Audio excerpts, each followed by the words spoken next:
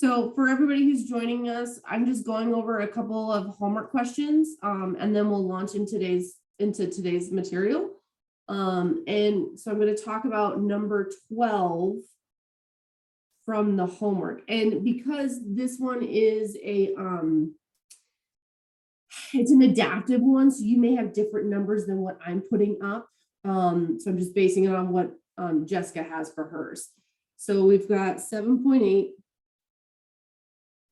times 10 to the negative fifth times 8.4 times 10 to the third over 5.2 times 10 to the third times 2.1 times 10 to the negative 6. So before we even start multiplying together, I suggest kind of moving your pieces around. And so what I'm talking about is that let's bring these number portions to the front, meaning we'll have 7.8 times 8.4 times, and then we'll use our powers of 10. So we'll have 10 to the negative fifth times 10 to the third. And we will move these pieces around. We have 5.2 times 2.1 times 10 to the third times 10 to the negative 6. So remember, when dealing with these, we think about this as being the dividing line between our number stuff and our powers of 10. So if we simplify the powers of 10, 10 to the negative fifth times 10 to the third is going to be 10 to the negative second, right? And 10 times third times 10 to the negative sixth is going to be times 10 to the negative third. So now looking at our actual number parts, we've got 7.8 times 8.4.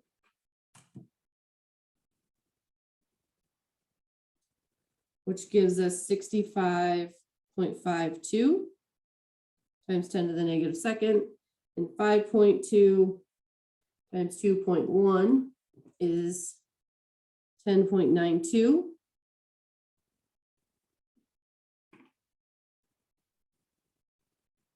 And 65.52 divided by 10.92 is equal to 6. Again, what I did is I broke it up, right? I'm dealing with this part, which when I divide gives me 6.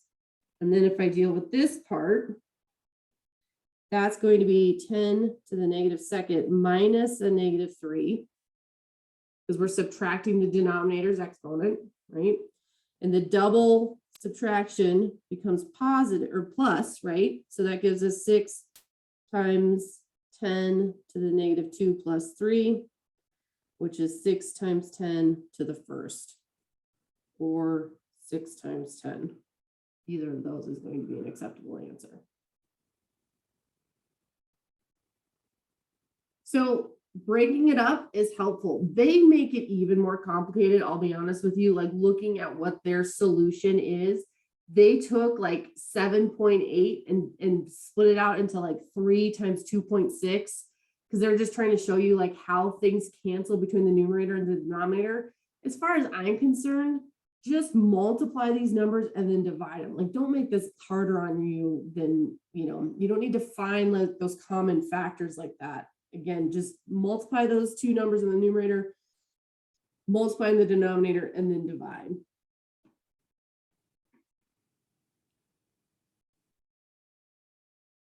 So Brianna, you said you're having problems inputting the answers on 3.2. So this is a practice problem. What do you mean? I'm sorry, I don't understand what you're saying. You're just saying like you have those two numbers and you need to multiply them and you want to know how you would put that in. Okay, so if we have 0.0006 times 0.00025, what is going to be the product here? So you can make this easier on yourself by putting these in scientific notation first. So if we go 1, 2, 3, 4, that's going to be 6 times 10 to the negative fourth. And in the other one, I'm going to go 1, 2, 3, 4, which is going to be 2.5 times 10 to the negative fourth. So moving the numbers around, meaning we're going to multiply our non-powers of 10, for lack of a better way to say it. So we're going to have 6 times 2.5, and then times 10 to the negative fourth, times 10 to the negative fourth, because then I'm just moving these down here. So 6 times 2.5 is going to be 15. 10 to the negative fourth, 10 to the negative fourth is going to be 10 to the negative 8. And then this is not in proper scientific notation. It won't accept it.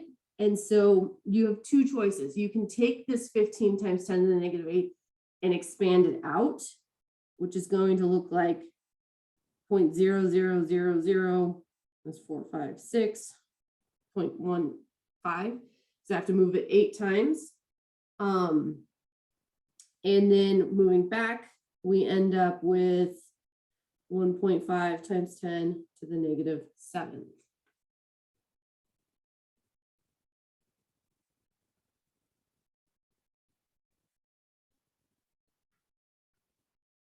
And I think when you're going to put it in, if you do 1.5 and then there's an X key, tell me if I'm wrong, like does it give you a little X that you're supposed to click when you're putting, like, does it, when you go to enter the answer, is there something that pops up at the bottom that gives you pieces that you can use? No. Okay. So for people who have been doing them so far, have you just been using the times key? Yeah. So if you use not the X, not the letter X, you want to press the times key. So the asterisk will give you the multiplication. And then, so you would do like the asterisk, and then you're going to do 10, and then you're going to do the caret key to give you that exponent. And then you would probably want to do in parentheses -7, I would imagine, in order to get it to turn into that. But what has worked for other people? Like I said, So on number 12 on 3.2, I've tried it a few different ways, and it's still not, like, I used up all of my like 3 attempts, and it's still saying it's wrong. Okay, so Shelby, let me look at it really fast. What was that? Sorry. I'm just gonna look at it really fast to see like what you're putting in. You know what I mean? Yeah. So number 12, and you're doing times 10 to the first, which is the correct answer. So I'll give you points. I don't know why it's being so difficult. I'm sorry. So that's okay. where, again, just email me and be like, Erin, why isn't this working? I can tell that it's the right thing. I don't understand what it wants there. That's other than the 6-star 10 to the first. And on some of them, it'll let you use the letter X to multiply by the times 10, and then on other ones it won't. And then if you try the asterisk, it won't either. So I don't know. Okay. That's really frustrating. I apologize. I wish I knew why it does that, but that's where if you're putting your answer in and because does it show you what the correct answer is supposed to be after you get it wrong? I don't think so. No. It doesn't. Okay. No. All right. Just email me. I can go back and fix those, just like we're doing right here. But I totally understand. You're like, well, that's, Erin, I'm getting it right, but I'm thinking I'm getting it wrong because it's telling me I'm getting it wrong. So that is really frustrating. I'm going to see if I can come up with a way to have it tell me, like, I can see why it wants it a certain way so I can advise you better on that. But I don't understand why it's not being consistent, because they're all coming from the same spot. Yeah. Are you able to go look at my number 7? Then I emailed you about that one last night and I did it a few different times and it still says it's wrong. And so I'm like, I don't know if it's the Edfinity or what. So you don't need a power of 10 there because the 10 to the 6th over 10 to the 6th cancel each other. Oh, okay. So you just needed to put in 4.05. Gotcha. Okay. That makes sense. Yeah. So if it's not like, you don't need to put times 10 to the 0 power or anything like that. You just would put, if it is a number that only has one digit in front of the decimal point, and that's like your answer, you don't need to then try to multiply it by 10 to the 0, because 10 to the 0 is 1, but it's just not necessary. It's already in like the proper format. Okay. Multiplying it by 10 would mean that your answer was actually 40.5. And so when you're writing it in scientific notation, you would have to do the 4.05 times 10. But since yours is just 4.05, that's all you need to put in.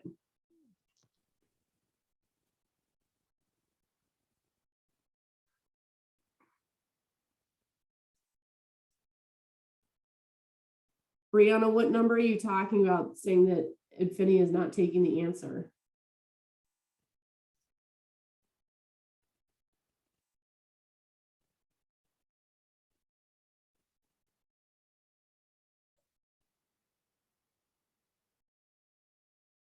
Oh, I don't know what the practice problems are. That's different than. So I can only see homework problems. I don't know what you mean by practice problems.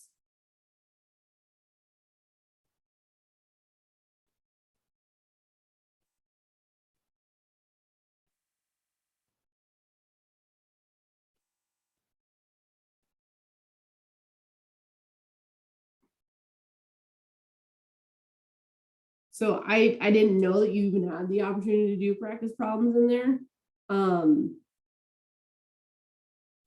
So I understand that it doesn't like the answer, but just because it doesn't like the answer doesn't mean it's not the right answer.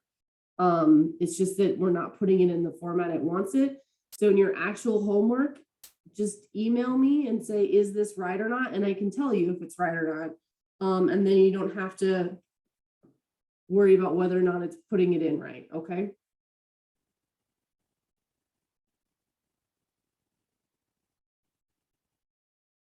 Okay, any other questions before we move forward into today's homework?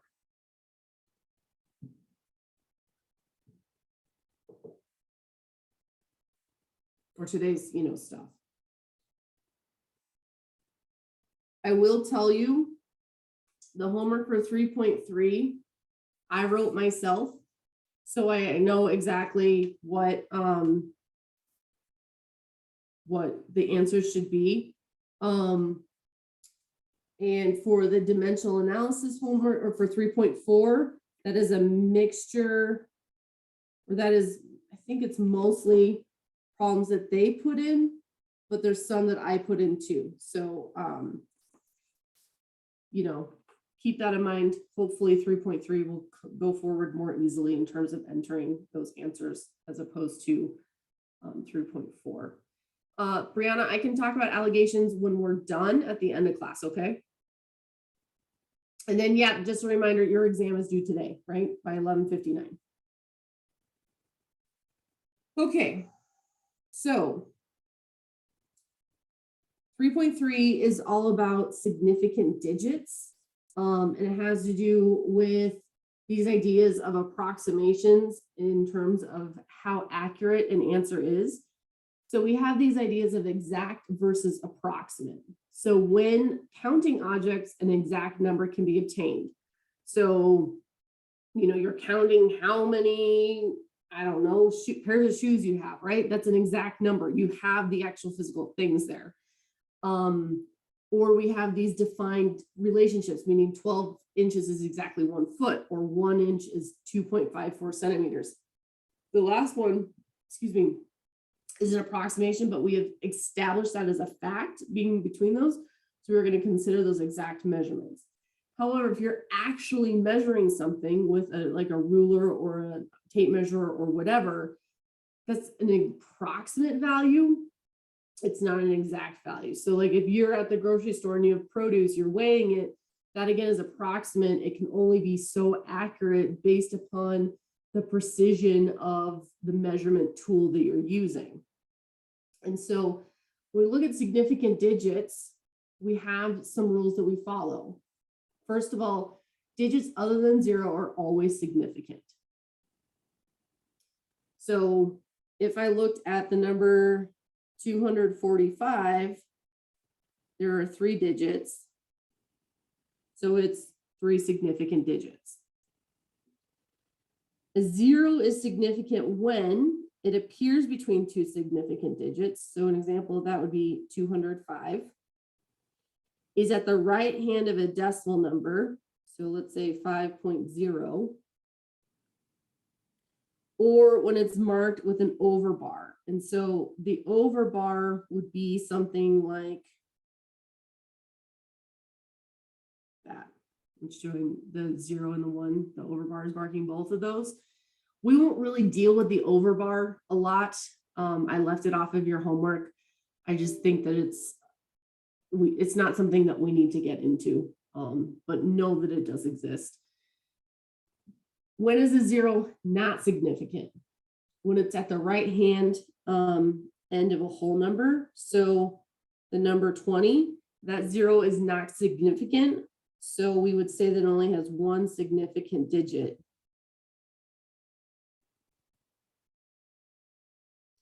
The 2 is the significant digit there, not the 20. If, however, I have 20 with a decimal point at the end, that 0 does become significant then because it's giving it an exact measurement. So this is when 0 would be significant.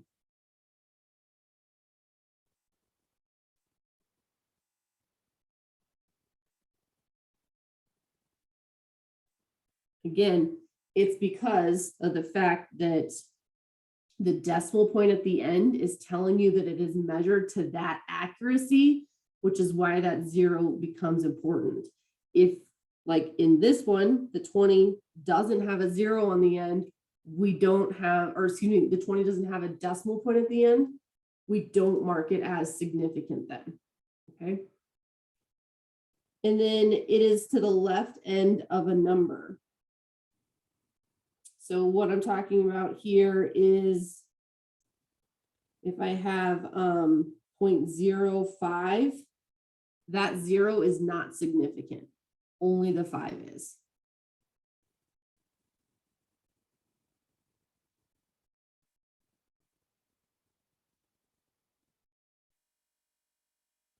Okay. I will tell you, this is confusing. When I perform multiplication, division, addition, subtraction with significant figures, every single time I have to have my notes in front of me. I'm not going to lie, because I forget the rules. And so have these up with you, right? When you're doing your homework. Precision is the measurement number is indicated by the place value of its rightmost significant digit. So the precision of a measurement is as accurate as the rightmost significant digit. And then the accuracy of a measurement refers to the number of significant digits that it contains. So if you were to weigh something and you got 16.1 pounds, it would be accurate to 3 significant digits. Because 16.1 has 3 significant digits in it. That's what we would say the accuracy is. For the most part, we're not going to talk about precision and accuracy. I just want you to know what those words mean in terms of these definitions and how we use them. What we're going to be focusing on a lot is how to actually multiply, divide, add, and subtract with these numbers and report their significant digits. So multiplication and division, the answer should use the number of significant figures or digits from the number with the least significant digit. So an example of that is, let's say I have 2.1 times 3.54. 2.1 has 2 significant digits.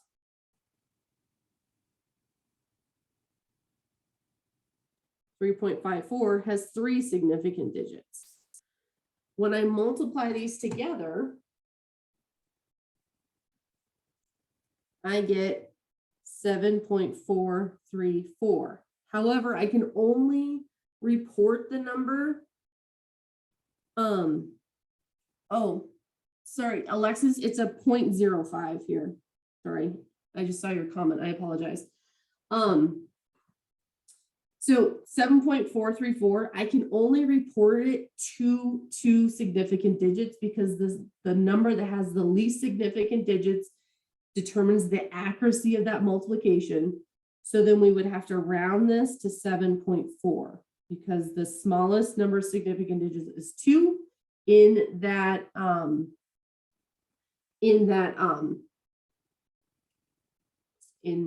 product.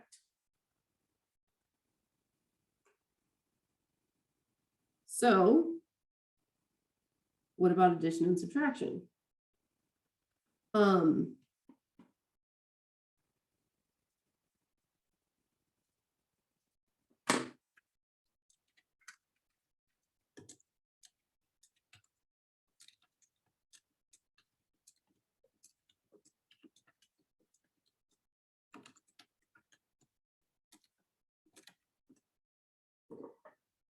Addition and subtraction, the answer should use the number of decimal places from the number with the least number of decimal places. It's like, what does that even mean?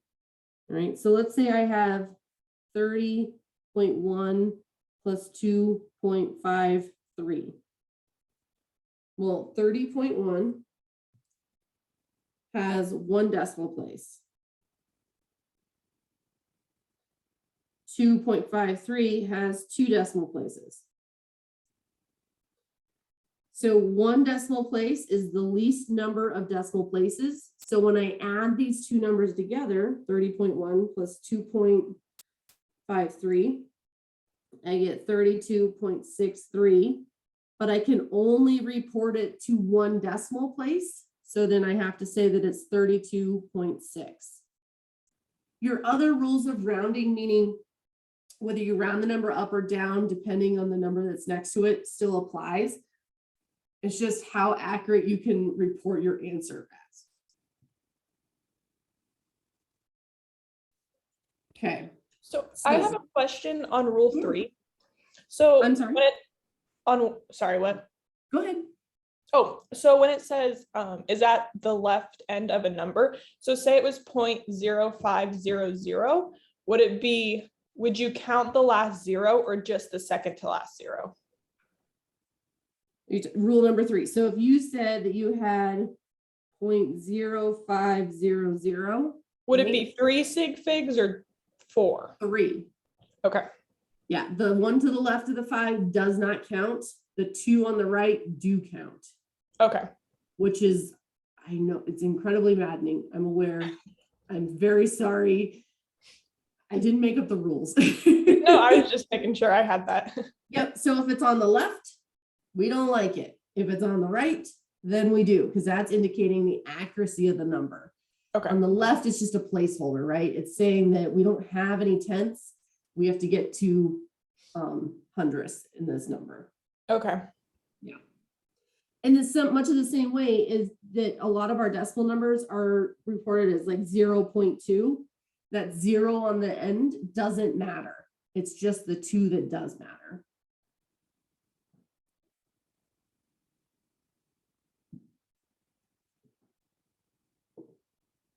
So we're going to practice this. 1, 2, and 3. I want you to look at those. Let me go out just a little bit so you can see the rules up above. And I want you to tell me how many significant digits you think there are in each of those 3 numbers. Now, something to keep in mind. I'll just give you a hint.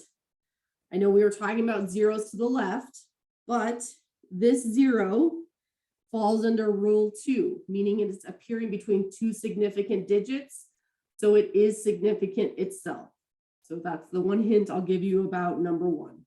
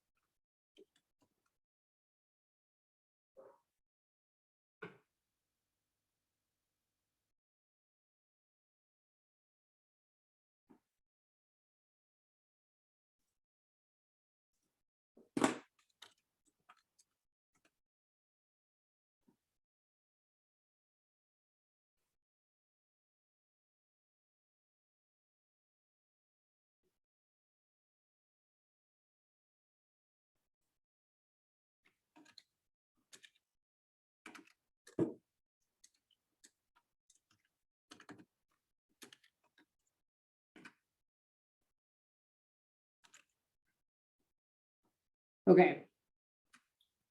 Again, these are a pain in the butt. Okay, I recognize it. I'm sorry. So let's talk about our zeros. Number one, I think we can all agree that the 1, 2, and 2 are significant, right? We know those are significant. So let's talk about those zeros that are involved there. The first zero, let's use the color blue. This 0, why is it significant? Why would I consider it significant? And the reason it's significant is that it appears between two significant digits. So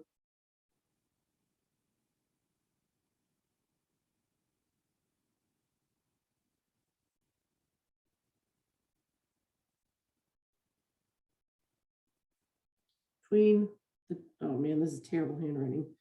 Trying to write small so we have the space.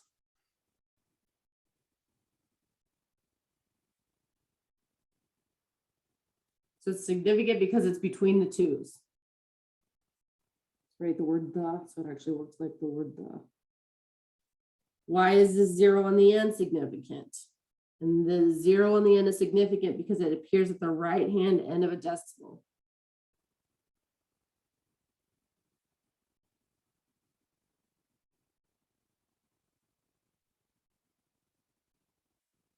Therefore, we have 5 significant digits total.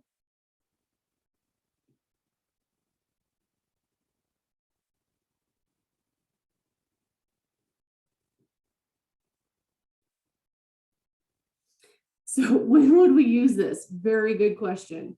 It has to do with medication dosaging, to be honest, because you can only be as accurate as the syringe that you're using, like is one way in which you would be able to. And so like you might calculate out how much medication a patient needs, but we can only be as accurate as the thing that we're delivering the medication with. So then, you know, some syringes will have certain portions of a cc versus other ones. So depending on which one you use, you can't be as accurate as the other one.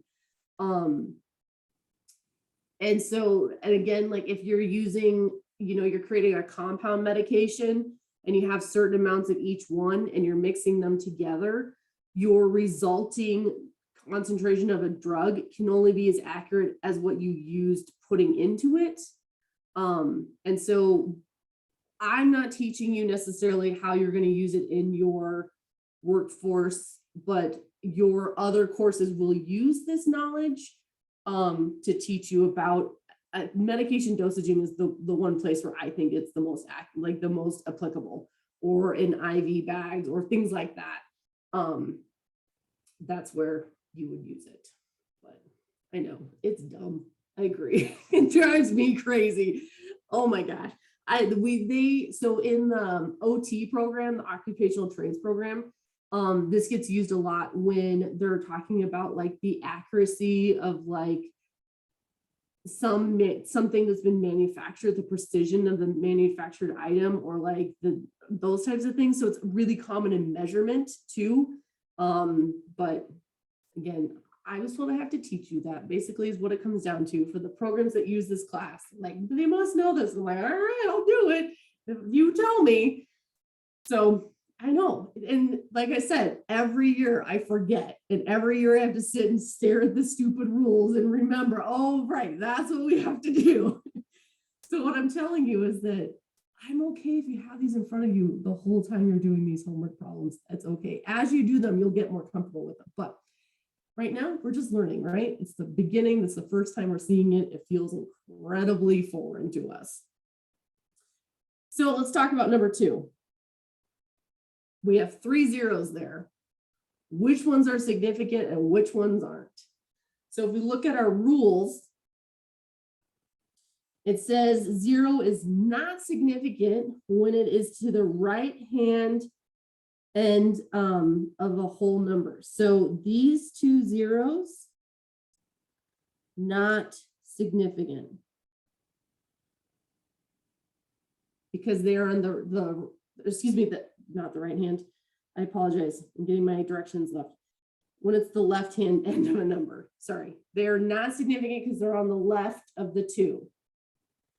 These two numbers are significant because the 20 on the end is telling us or the 0 on the end of the 2 is telling us the accuracy of the number.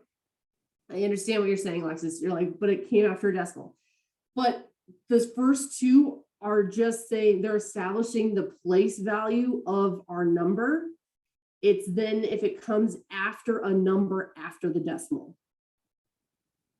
Does that make more sense? So like you have to see a real number, not these zero businesses. You got to see 1 through 9, right? And then after you see 1 through 9, the zeros to the right hand of it will be significant. The zeros to the left, as long as there's not another number that comes before it, are not significant.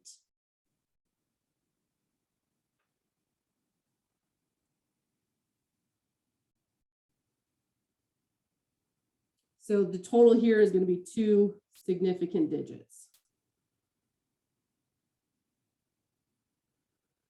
So yes, Shelly, your question is correct. So if I had 0.2000, those 3 zeros are significant because it's telling us the accuracy of our measurement because they are to the right of a whole number to the right of a decimal place. Yeah, so that number there would be, all those are significant. So we would have 4 significant digits. So number 3, 2,200. How many do we think we have there? So we know the 2s, right? It's really easy when you see the nice actual numbers, right? It's the zeros that screw with us. So we've got those 2 2s. What comes after that? Well, if they are on the right-hand end of a whole number, they are not significant. So these 2 here, not significant. The 2 2s are, so there's 2 significant digits.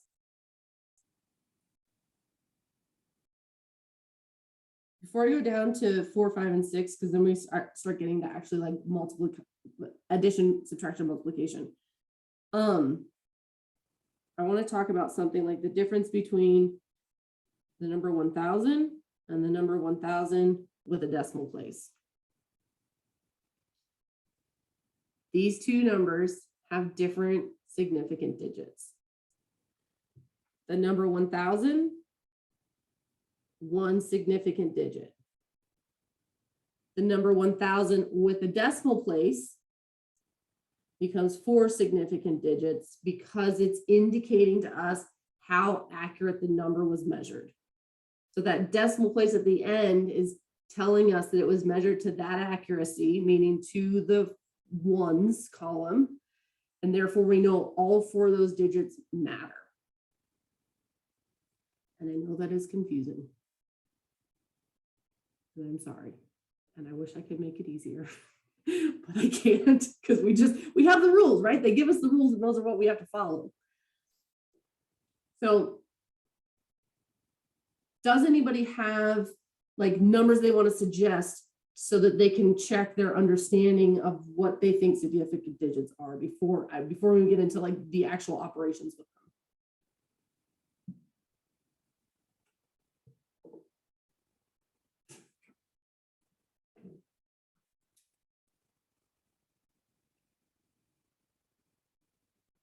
Okay, so we've got a couple. So I've got 120.12012 and 12.0500.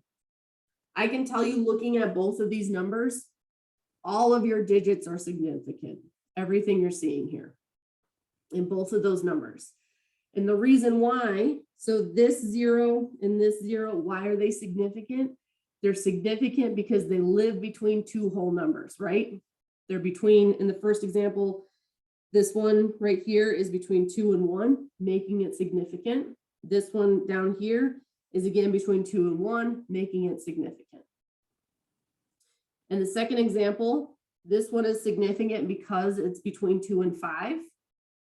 And these two are significant because they end the number after the decimal place, and that's indicating the accuracy of the measurement, and that makes them significant.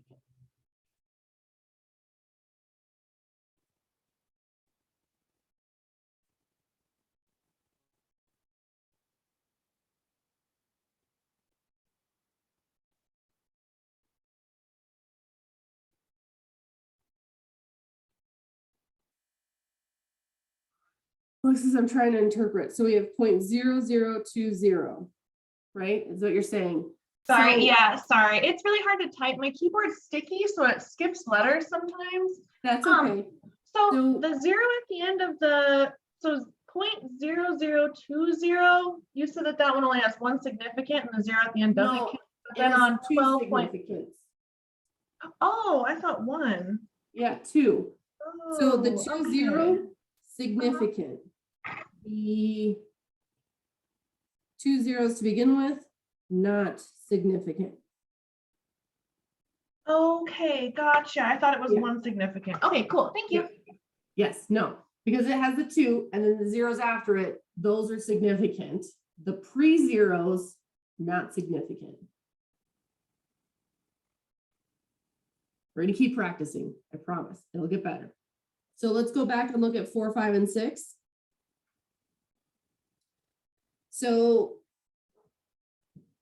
we've got, again, our rules for multiplication, division, addition, subtraction. So my question is, how many significant digits in each? Simplify first if necessary.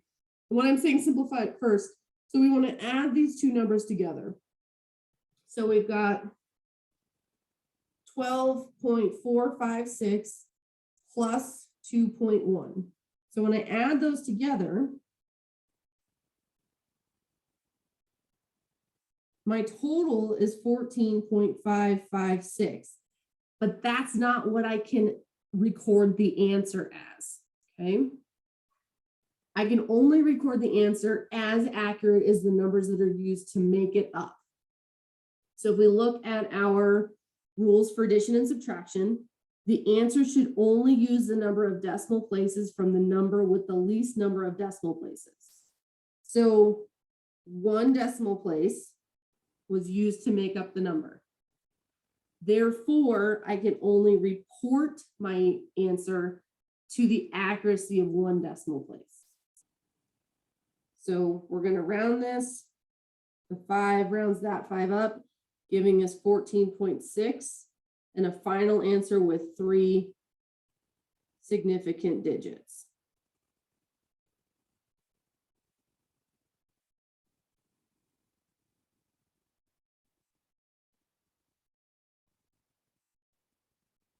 So number 4 had decimal places.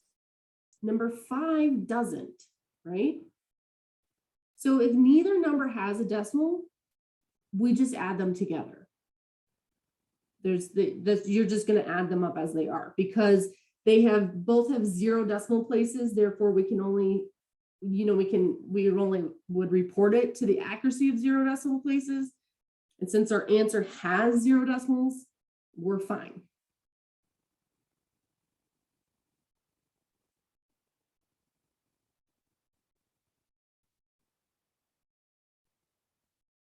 So if we add those together, we get 372, giving us 3 significant digits.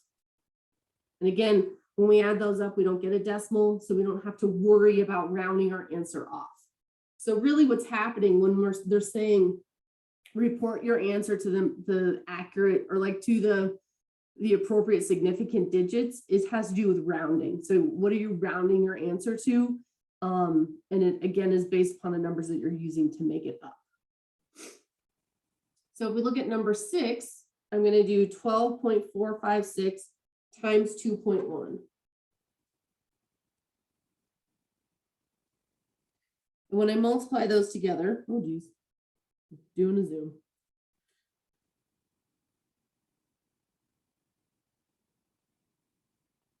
We get 26.1576. That is the just base answer but we can't report it that way because we have to now take into consideration the significant digits aspect. So for multiplication and division, you can only report an answer using the least significant digits of the number that was used to make it up. Okay, so when we look at these, I've got 2 significant digits and 5 significant digits. So for multiplication and division, you can only have the least based upon the numbers that were used to make it up. Therefore, this becomes 26 as our answer, because we can only have 2.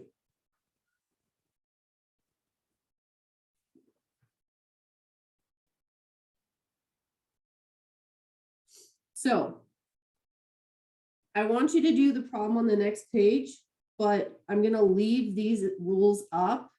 So the problem on the next page is not that. The problem on the next page is 330 times 42. So go ahead and write that down, and then you can do the problem.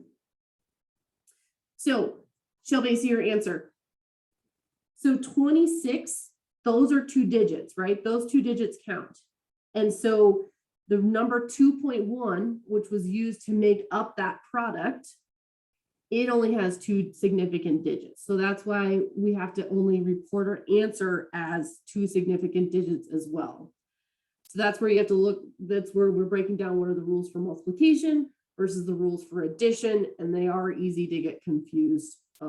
It's just what is the application that you're using, and then what goes into play there.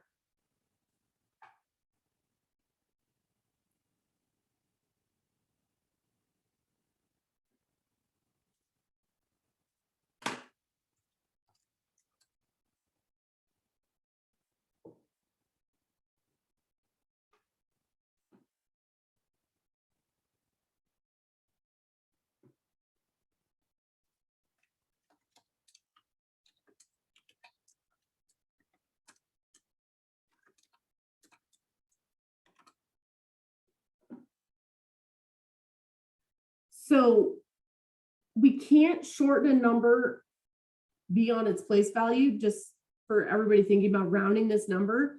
So we get an answer that's in the 10,000s, right? So we have to still have zeros for the rest of the place values, because we need to have, we have to show that the place value, right? Like we're actually getting that product. So there's number 7.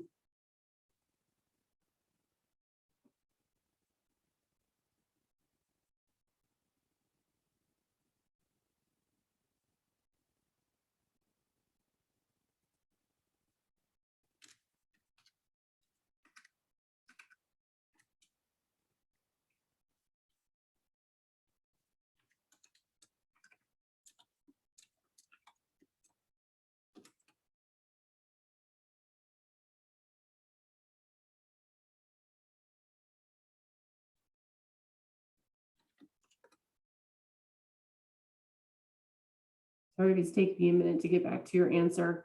There's just a lot of comments.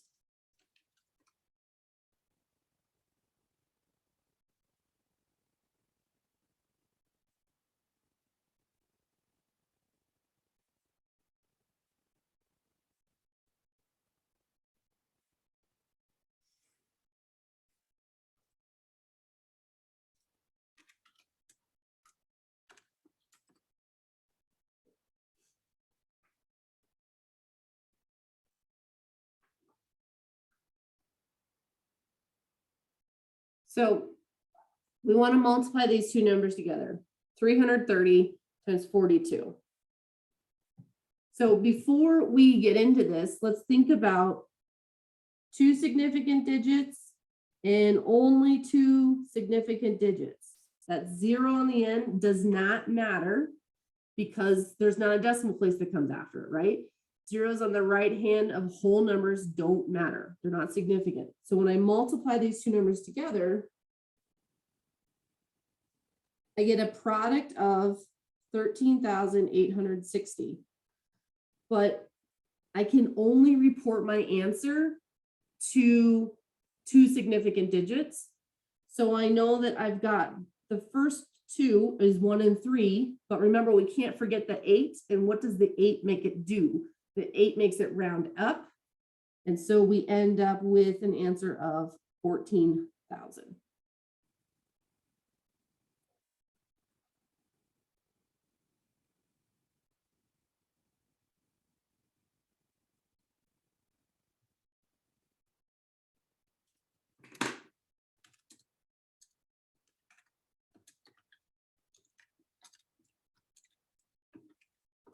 All right. So the rules, think about your rules. I want you to try number 1 and send me your answer.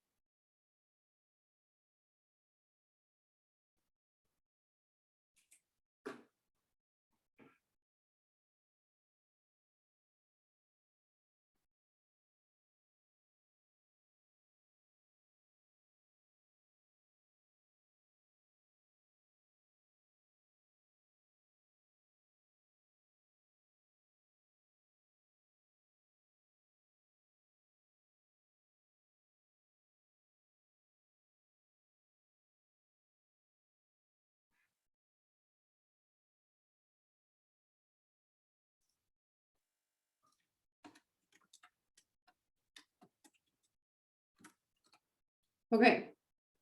So number 1, 12.3 times 45.67. When I multiply those together, I get 561.741, but I can't report that answer, right? We can only report to 3 decimal places accurate, or 3 significant digit accuracy, because that's the least number of significant digits of the numbers that are used to make up that product. So 561 becomes 562 as our final answer. Okay, so I want you to do 2 and 3, both addition problems.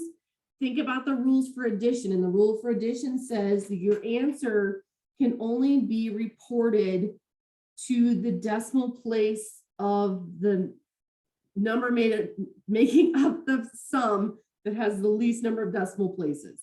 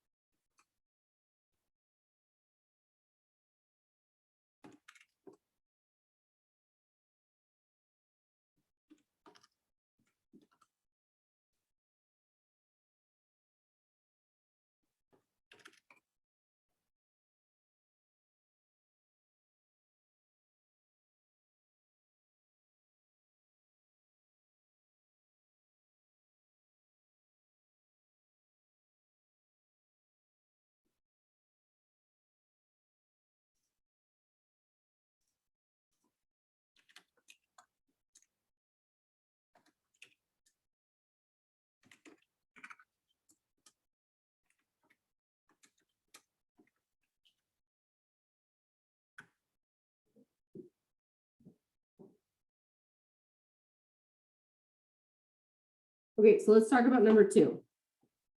So if we add all of these up, 4.205, 2.0, 3.057, all that business, we add them up, we get 9.2607. But remember, we can only report that answer to the number of decimal places of the smallest decimal place number used.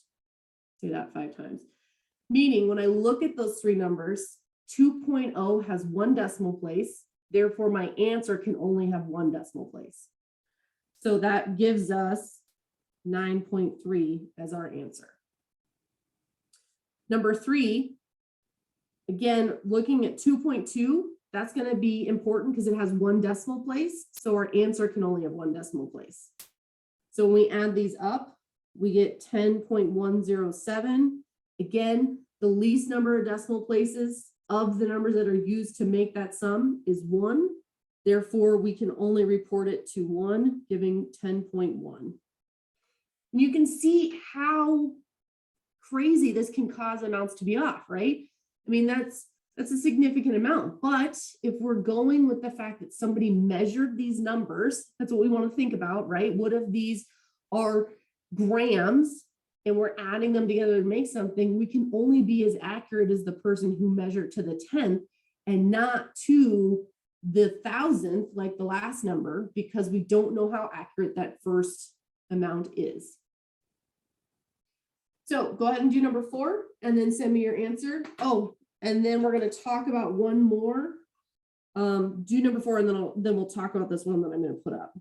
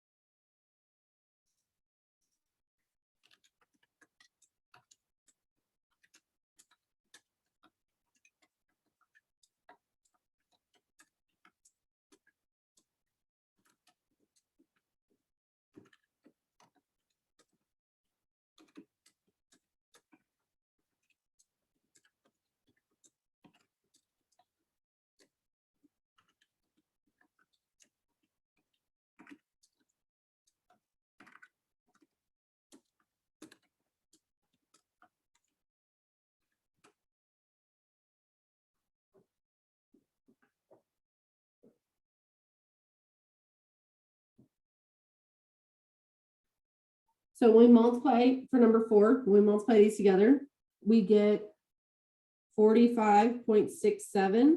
With multiplication, we can only report to the accuracy of the number of significant digits that are used to make the product. So 1.0, 2 significant digits. So that's the least number of significant digits in that product. So our answer can only be reported to that number of significant digits. Therefore, we have 46 as our answer. If we were to write 46.0, that 0.0 is adding a 3rd significant digit, and that's not, we can't follow that rule. Like that doesn't fit our rules is what I'm trying to say. So number 5 is the worst, right? We can agree with that. Why is it the worst? Well, it's got multiplication happening and addition happening, meaning we have to follow both sets of rules. So what I want you to do first is multiply those first 2 numbers, round that number to the number of appropriate significant digits based upon our multiplication rules. Then you're going to add on 5.67 and report our answer based upon our final answer, based upon the addition rules. So think about, we got to use both sets of rules here.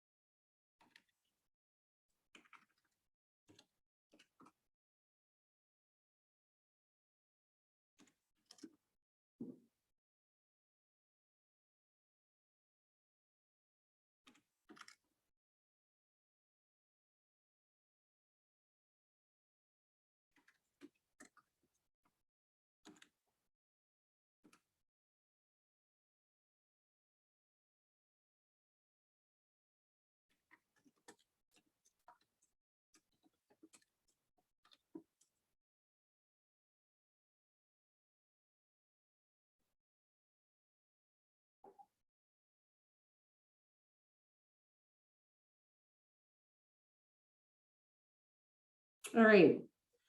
5.62 times 4.63. Let's multiply those together.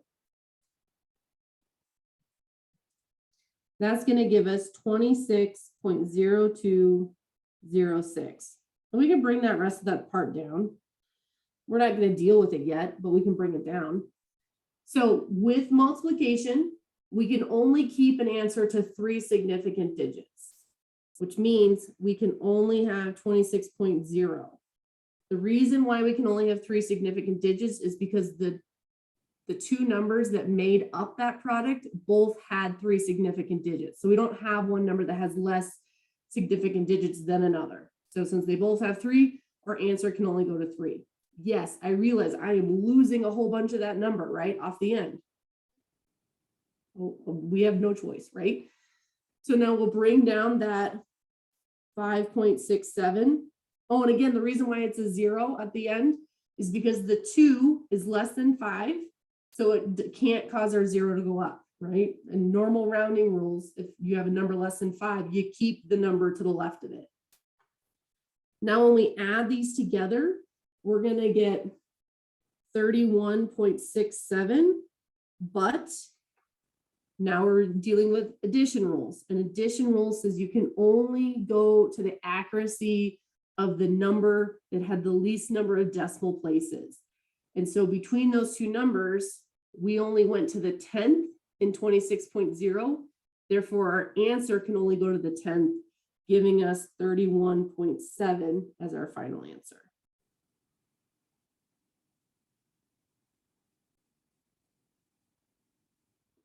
How do we feel? Maybe better. Maybe not better.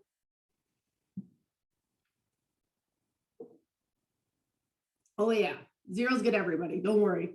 They'll get better, right? We'll get better at them. We just got to do a whole bunch of them. All right. We're changing gears. We're gonna cool on significant digits for a little bit, let them just kind of be in the background, and we're gonna talk about unit conversion. And unit conversion is called dimensional analysis, which is a really ridiculous term for it, but that's just what it is. So when we talk about dimensional analysis, what we're talking about is converting units or dimensions. So we're going to be dealing with the metric system. That's what's typically used in the medical fields. Obviously, we get a little weird when we talk about weight is the only one that sometimes still gets reported in pounds. Like you always hear babies' weights like 6 pounds, 11 ounces or whatever. But really in charting, it's always in kilograms. So our standard unit of length is a meter. You'll notice that it's just a single M. Don't confuse M with mile. Mile is MI. Just in terms of keeping those straight. So meters are just M's, miles are MIs. And we're not going to deal with miles, but I just don't want you to get confused and think that M means mile. It means meter. Our standard unit of weight is a gram. And our standard unit of volume is a liter. So all of our numbers are going to be reported as portions of those. So in our next table, let me shrink this down so we can see it all. We've got some standard units of measure that we're used to, meaning right here in the middle, this is where, like, let's say we've got our gram. So as we go up, these are our bigger portions of it. So you'll see we have deca, hecto, kilo, right? This is going to be our kilogram. And mega and giga. Again, we're going to just use kilograms. We're not going to go into those ridiculous ones. What I want you to think over here is that 1 kilogram is equal to 1,000 grams, as when we're reading this table. Going down is where things get crazy. So we have deci, centi, and centi we most commonly see with meters, like centimeters, or milli. So this would be a milligram. And then here we've got 1 gram is equal to 1,000 milligrams.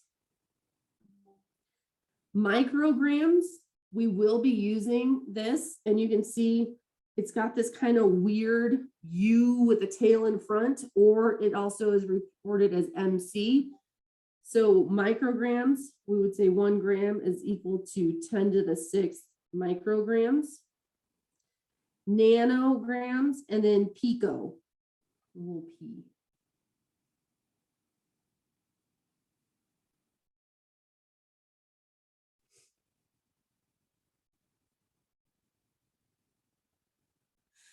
Okay. So some common metric equivalents. So 1 milliliter.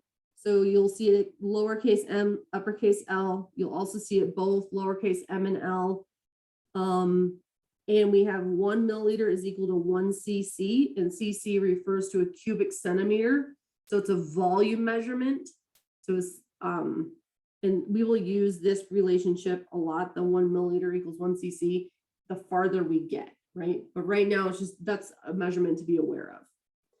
Again, 1,000 milliliters equals 1 liter. Also, because 1 milliliter equals 1 cc, we can say that 1,000 cc's equals 1 liter. And again, why is this? Because 1 milliliter equals 1 cc, right? That's why we're able to make that statement. With our weights, we can say that 1 kilogram equals 1,000 grams, 1 gram equals 1,000 milligrams, and 1 milligram equals 1,000 micrograms.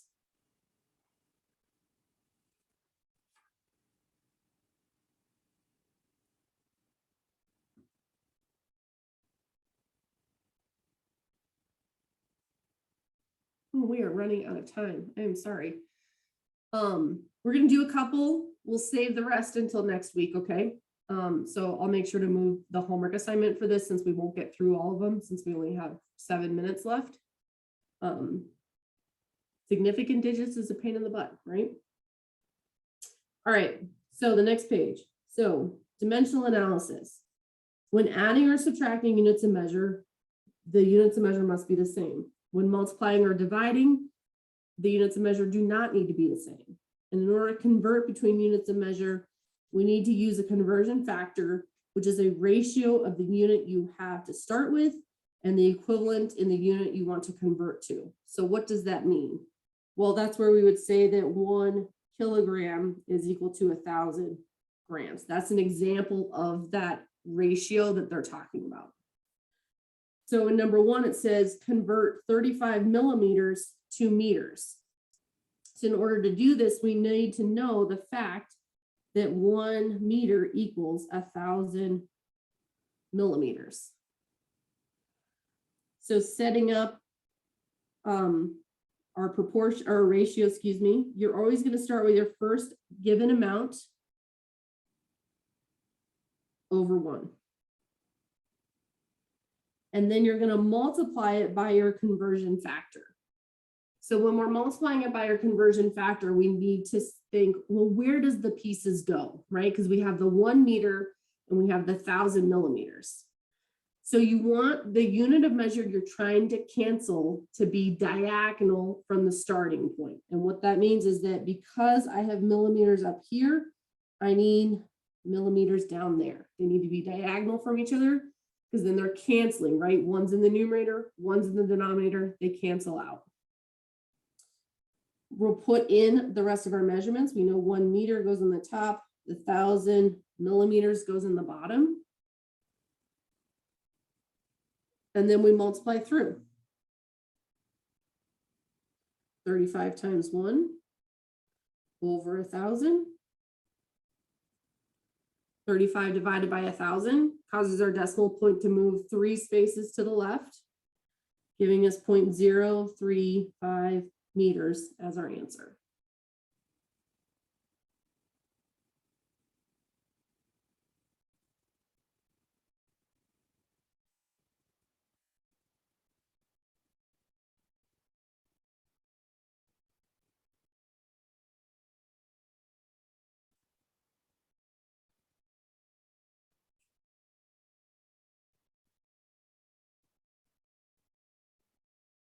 So I want you to go ahead and try number 2 and send me your answer in a direct message.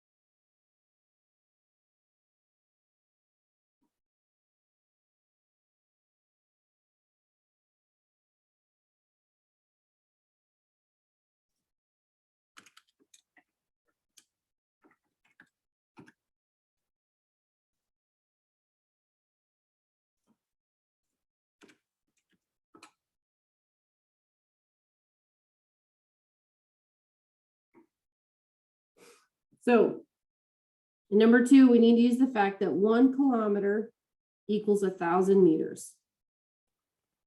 So we're going to have 3.2 kilometers over 1, and we need to multiply it by our conversion factor. Remember, we need our kilometers to be diagonal, so we have to put the 1 kilometer in the bottom because we're canceling that unit of measure, and we need 1,000 meters in the top. Kilometers will cancel. 3.2 times 1,000. Remember, multiplying by 1,000.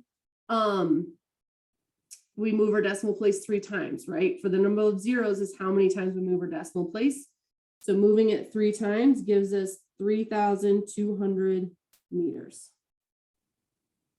But we can check by, if we were to take that number and divide it by 1,000, we would get 3.2 back as our answer, right? So if we're going back and forth, we would know that we got it right. All right, so